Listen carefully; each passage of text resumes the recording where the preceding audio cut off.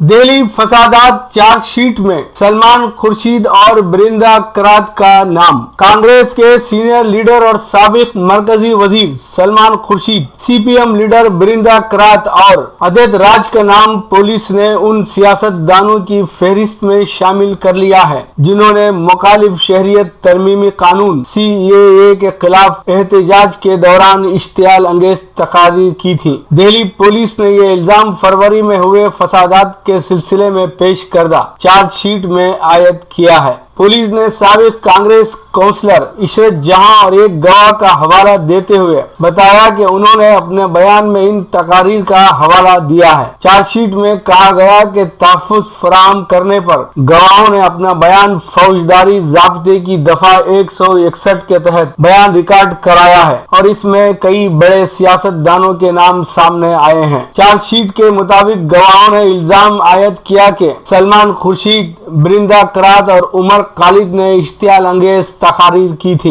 Charge sheet کے مطابق عشرت جہاں نے اپنے بیان میں انکشاف کیا کہ مخالف CAA احتجاج کو برقرار رکھنے کے لیے کئی مشہور شخصیتوں جیسے سلمان خورشید، فلم ساز راہل رائے، بھیم آرمی کے رکن ہیمانشو کو انہوں نے مدعو کیا تھا۔ اسی دوران دہلی کی عدالت نے جواہر لال نہرو یونیورسٹی کے طلبہ لیڈر عمر خالد کو 22 اکتوبر تک عدالتی تحویل میں دے دیا ہے۔ انہیں شمال مشرقی دہلی کے فرقہ وارانہ تشدد کے سخت ترین انسداد دہشت گردی کے تحت گرفتار کیا گیا ہے۔ خالد کو اس کیس میں 13 ستمبر کو گرفتار کیا گیا تھا۔ CBI نے الزام عائد کیا کہ دہلی پولیس فروری فسادات کی تحقیقات میں ان سیاسی قائدین کو پھنسانے کی کوشش کر رہی ہے جنہوں نے BJP حکومت کی عوام مخالف پالیسیوں کو تنقید کا نشانہ بنایا۔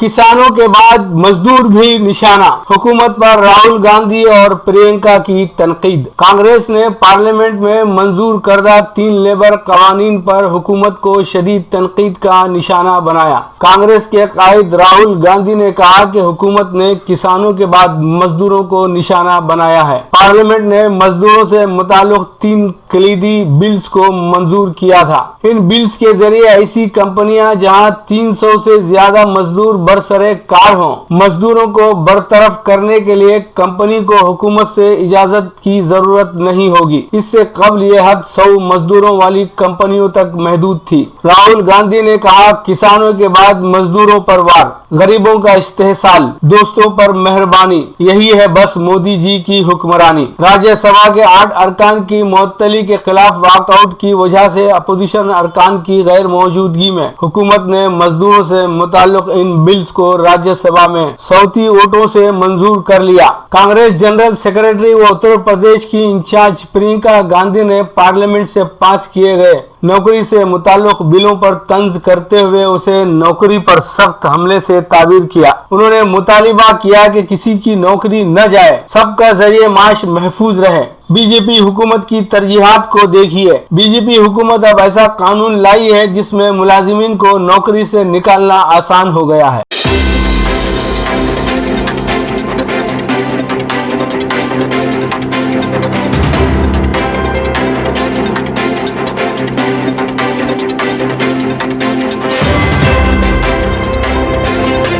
ایشیا میں امن و خوشحالی کے لیے ہندوستان کی تائید کا تیقن، ایس جے شنکر کا بیان۔ وزیر خارجہ ایس جے شنکر نے براعظم ایشیا میں امن، سیانت اور خوشحالی سے متعلق مذاکرات اور اعتماد سازی کے اقدامات پر مبنی کانفرنس CICA کو ہندوستان کی مدد و تائید کا تیقن دیا ہے۔ اجلاس سے خطاب کرتے ہوئے وزیر خارجہ نے CICA کی صدارت پر فائز ہونے پر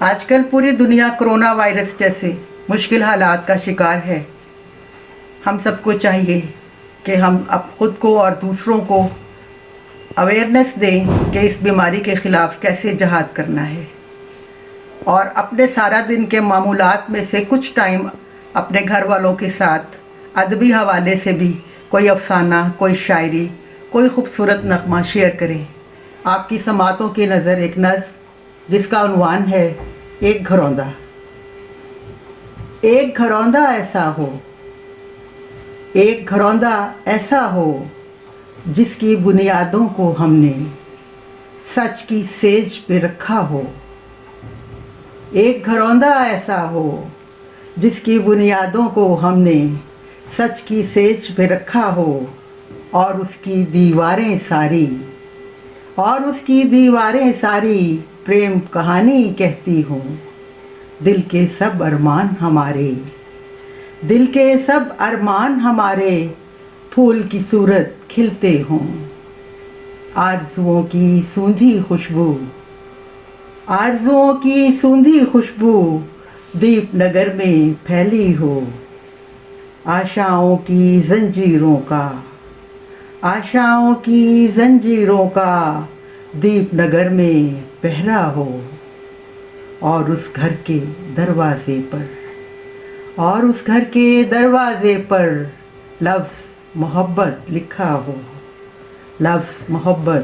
ہو۔ ایک گھروندہ ایسا ہو، ایک گھروندہ ایسا ہو۔ بہت شکریہ۔